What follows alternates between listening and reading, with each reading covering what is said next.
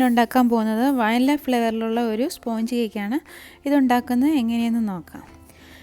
ഇതിനു വേണ്ടി ആദ്യം ഈ കേക്കിൽ ചേർക്കാനുള്ള മൈദയും ബേക്കിംഗ് പൗഡറും നന്നായിട്ടൊന്ന് ഒരു അരിപ്പയിൽ കൂടി അരിച്ചെടുക്കണം. ഇങ്ങനെ നമ്മൾ അരിച്ചെടുക്കുമ്പോൾ ആ ബേക്കിംഗ് പൗഡറും മൈദയും നന്നായിട്ട് മിക്സ് ആയിക്കൊള്ളും. ഈ കേക്ക് ഉണ്ടാക്കാൻ വേണ്ടി ഞാനിവിടെ 1 ഗ്ലാസ് മൈദയാണ് എടുത്തിരിക്കുന്നത്. അത് ഈ അരിപ്പയിലോട്ടൊന്ന് ഇട്ട് കൊടുക്കാം. പിന്നെ ഇതിലോട്ട് ഒരു 3/4 ടീസ്പൂൺ ബേക്കിംഗ് പൗഡറും കൂടി ചേർത്ത് കൊടുക്കാം. പിന്നെ ഒരു നുള്ളു ഉപ്പും കൂടി ഇട്ട് കൊടുക്കാം. എന്നിട്ട് ഇത് നന്നായിട്ടൊന്ന് ഒരു സ്പൂൺ കൊണ്ടൊന്ന് മിക്സ് ചെയ്തിട്ട് അരിച്ചെടുക്കണം. നമ്മൾ ബേക്കിംഗ് പൗഡറൊക്കെ കേക്ക് ഉണ്ടാക്കാൻ വേണ്ടി എടുക്കുമ്പോൾ ഇപ്പോൾ അതിൻ്റെ ഡേറ്റ് ഒന്ന് ശ്രദ്ധിക്കണം. എക്സ്പയറി ഡേറ്റ് കഴിഞ്ഞ ഒന്നും ഉപയോഗിക്കരുത്. ഒത്തിരി പഴയ ബേക്കിംഗ് പൗഡറൊക്കെ ഉപയോഗിച്ചാൽ ചിലപ്പോൾ കേക്ക് നന്നായിട്ട് പൊങ്ങി വരത്തില്ല. ഇനി ഇതൊന്ന് നന്നായിട്ടൊന്ന് അരിച്ചെടുക്കാം. ഒരു 2-3 തവണ അരിച്ചെടുത്താൽ ഏറ്റവും നല്ലതായിരിക്കും. അതുപോലെ തന്നെ നമ്മൾ കേക്ക് ഉണ്ടാക്കാൻ തുടങ്ങുന്നതിന് മുമ്പ് തന്നെ കേക്ക് ടിൻ ഒന്ന് റെഡിയാക്കി വെക്കണം. ഞാനിവിടെ അത് റെഡിയാക്കി വെച്ചിട്ടുണ്ട്. ഇനി ഇതൊന്ന് മാറ്റി വെക്കാം. ഞാനിവിടെ മുട്ട ചേർത്ത സ്പോഞ്ച് കേക്കാണ് ഉണ്ടാക്കുന്നത്. ഇതിൽ ഞാൻ 3 മുട്ടയാണ് ചേർക്കുന്നത്. ഇതിൽ ചേർക്കാൻ വേണ്ടി ഞാൻ ആ മുട്ടയുടെ മഞ്ഞയും വെള്ളയും ഒന്ന് സെപ്പറേറ്റ് ചെയ്ത് വെച്ചിട്ടുണ്ട്. ആദ്യം ആ മുട്ടയുടെ വെള്ള ഈ പാത്രത്തിലോട്ട് ഒഴിച്ചിട്ട് നന്നായിട്ടൊന്ന് ബീറ്റ് ചെയ്തെടുക്കണം. ഇതിപ്പോൾ മുട്ടയുടെ 3 വെള്ളയാണ്. ഞാനിവിടെ എഗ് ബീറ്റർ ഉപയോഗിച്ചാണ് ബീറ്റ് ചെയ്യുന്നത്. എഗ് ബീറ്റർ ഇല്ലെങ്കിൽ കുഴപ്പമില്ല, ഒരു ഹാൻഡ് വിസ്കോ അല്ലെങ്കിൽ മിക്സിയിൽ ബീറ്റ് ചെയ്താലും മതി.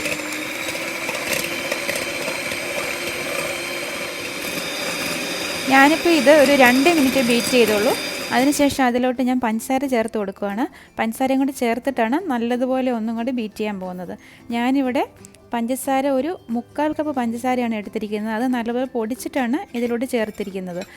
അതുപോലെ ഞാൻ മുമ്പേ മൈദ എടുത്ത അതേ ഗ്ലാസ്സിന് തന്നെയാണ് പഞ്ചസാര എടുത്തിരിക്കുന്നത്. ഈ ഗ്ലാസ്സിന് 3/4 കപ്പ് പഞ്ചസാര, എന്നിട്ട് അത് പൊടിച്ചിട്ടാണ് ഞാൻ ഇതിലോട്ട് ചേർത്തിരിക്കുന്നത്. ഞാൻ പഞ്ചസാര മിക്സിയിലിട്ടാണ് പൊടിച്ചത്. പൊടിച്ച് ചേർക്കുമ്പോഴത്തേക്ക് ഇത് പെട്ടെന്ന് തന്നെ ഈ എഗ് വൈറ്റുമായിട്ട് ചേർന്ന് നന്നായിട്ട് മിക്സ് ആയിക്കൊള്ളും. ഇനി ഇത് ഈ മുട്ടയുടെ വെള്ളയും ഈ പഞ്ചസാരയും ഞാനൊരു 10 മിനിറ്റോളം ബീറ്റ് ചെയ്യുന്നുണ്ട്.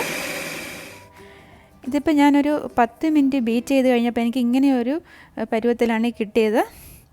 ഇനി ഇതിലോട്ട് അടുത്തായിട്ട് ഞാൻ ആ മുട്ടയുടെ മഞ്ഞ മാറ്റി വെച്ചിരിക്കുന്നത് 3 മഞ്ഞയാണ് മാറ്റി വെച്ചിരിക്കുന്നത്. അത് ഇതിലോട്ട് ചേർത്ത് കൊടുക്കാൻ പോവാണ്.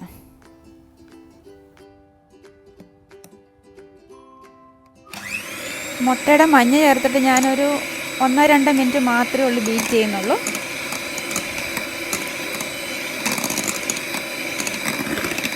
ഇനി ഇതിലോട്ട് 1/2 കപ്പ് വെജിറ്റബിൾ ഓയിലും കൂടെ ഒഴിച്ചു കൊടുക്കുക. ഞാനിവിടെ കനോല ഓയിലാണ് ഉപയോഗിച്ചിരിക്കുന്നത്.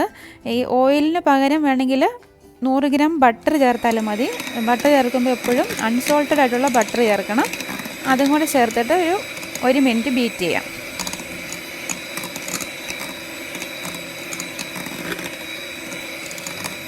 അധികം മണമൊന്നും ഇല്ലാത്ത വെജിറ്റബിൾ ഓയിൽ ഏത് വേണമെങ്കിലും ചേർക്കാം. പക്ഷേ വെളിച്ചെണ്ണ ഒരിക്കലും കേക്കിൽ ചേർത്ത് ഉണ്ടാക്കരുത്.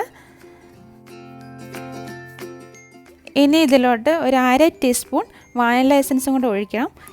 വാനില എസൻസൊക്കെ നമ്മൾ ഉപയോഗിക്കുമ്പോൾ എപ്പോഴും അതിൻ്റെ കുപ്പി നല്ലതുപോലെ ഒന്ന് ഷേക്ക് ചെയ്തിട്ട് വേണം എടുക്കാൻ.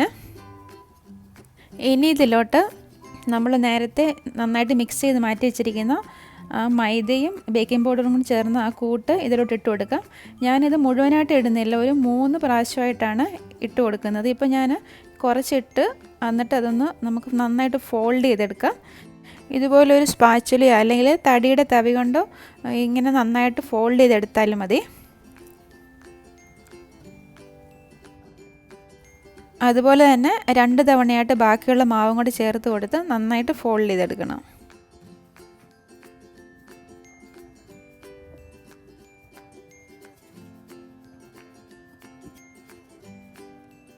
പിന്നെ ഈ ബാറ്ററിലോട്ട് ഒരു 1/4 കപ്പ് പാലും കൂടി ചേർത്ത് കൊടുത്തിട്ടുണ്ട്. അതും കൂടി ചേർത്തിട്ട് ഈ ബാറ്റർ നന്നായിട്ടൊന്ന് ഫോൾഡ് ചെയ്തെടുക്കാം.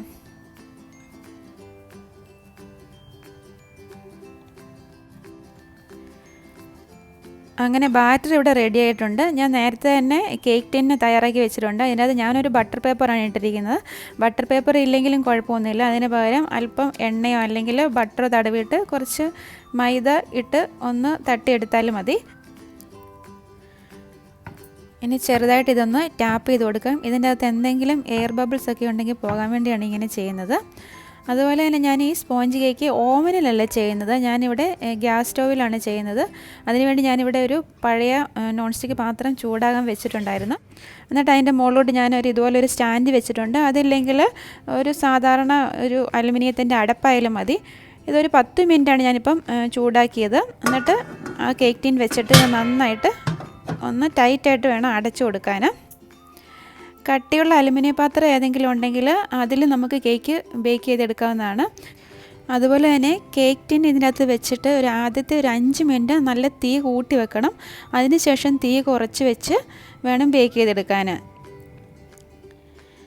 ഇപ്പോൾ ഒരു 50 മിനിറ്റ് കഴിഞ്ഞപ്പോൾ ഇത് ഞാൻ പാത്രം തുറന്നിട്ട് ഇതൊന്ന് ചെക്ക് ചെയ്ത് നോക്കുകയാണ്, ഇത് കേക്ക് ബേക്ക് ആയോന്ന്. അപ്പോൾ ഇതിൽ ഒട്ടും തന്നെ പറ്റി പിടിച്ചിട്ടില്ല.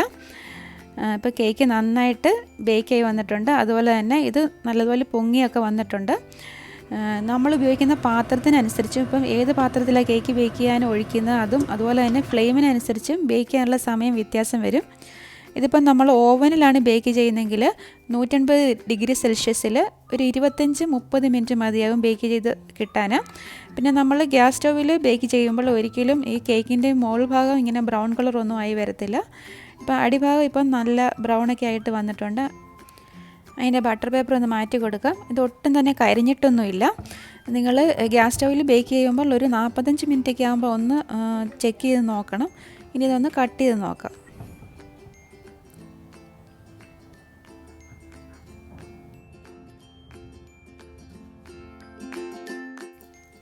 ഇതുകൊണ്ട് ഈ കേക്ക് നല്ല സോഫ്റ്റാണ്. അതുപോലെ ഈ കേക്ക് നല്ല പൊങ്ങിയൊക്കെ വന്നിട്ടുണ്ട്. തീർച്ചയായിട്ടും നിങ്ങളിതൊന്ന് വീട്ടിൽ ഉണ്ടാക്കി നോക്കണം. ഇതിൻ്റെ വീഡിയോ നിങ്ങൾക്ക് ഇഷ്ടമായെങ്കിൽ ലൈക്ക് ചെയ്യാനും അതുപോലെ ഷെയർ ചെയ്യാനും മറക്കരുത്. അതുപോലെ ഹന്നാസ് റെസിപ്പീസ് സബ്സ്ക്രൈബ് ചെയ്യാത്തവർ സബ്സ്ക്രൈബ് ചെയ്യാനും മറക്കരുത്.